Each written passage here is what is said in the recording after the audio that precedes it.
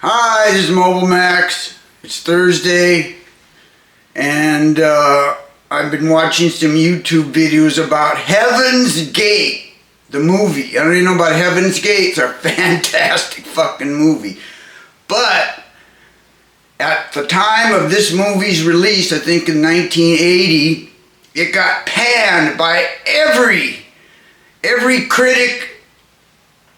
Every critic on television and the newspapers panned this movie, said it was a terrible movie. From the first time I saw Heaven's Gate, I go, what the fuck are they talking about? This is a great movie. Michael Cimino, who had just done The Deer Hunter, one of the greatest movies of all time, naturally, was doing Heaven's Gate.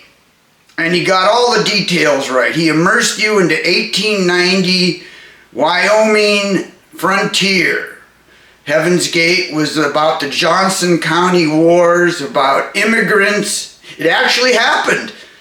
Immigrants who were poor and don't own anything, trying to survive against huge cattle barons. And the cattle barons didn't like them stealing their cattle, even though they were starving and they wanted to eat.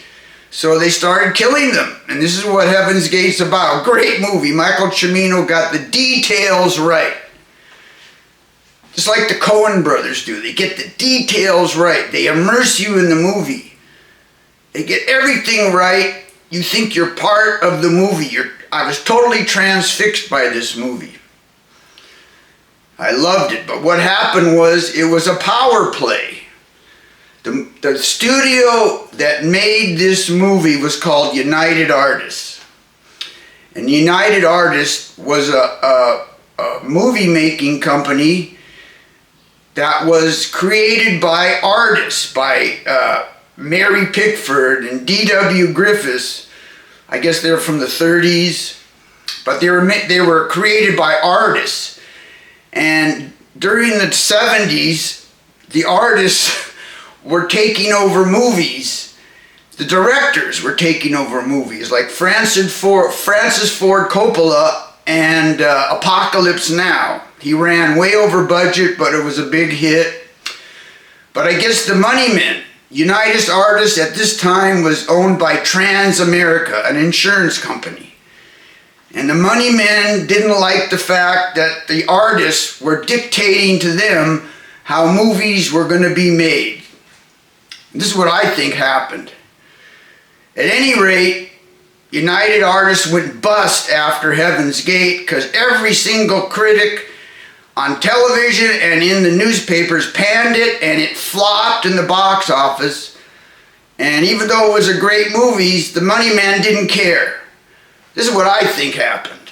I don't have any evidence, naturally, but it's clear the money men didn't like the artists dictating to them how movies were going to be made. The money men would say, this is a business, the money is what's important, you fucking artists are going to get taught a lesson. So they probably had some kind of meeting after Michael Cimino ran 5 times over budget. Originally it was supposed to be about an $8 million budget, and I think it ended up being over $30 million. And he made a great movie, but they didn't care. The money men, the big shots, Wall Street, didn't give a shit that this director had made a masterpiece. He said, we don't care about that. This is money. We're the money men. We're going to teach them a lesson. So they probably pulled all the strings they could with their power and their money, and they made all the critics pan it. And 40 years later, where are we today? Over 45 years later, we get a whole shitload of crap. Crap, that's what we're left with. A good movie here and there, but 98% of the shit coming down the pike is total bullshit. Anyway, that's the story behind Heaven's Gate. Great movie, but they didn't care. They wanted to knock down these directors who were dictating to them how much money to spend and how a movie was going to be made. But hey, They made great movies, even though they were arrogant. But it was about power and who controls things, and boy, they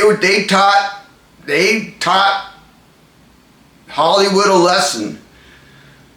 But that's the nature of big business, I get. They don't take any prisoners. All right, this is Max. Thank you.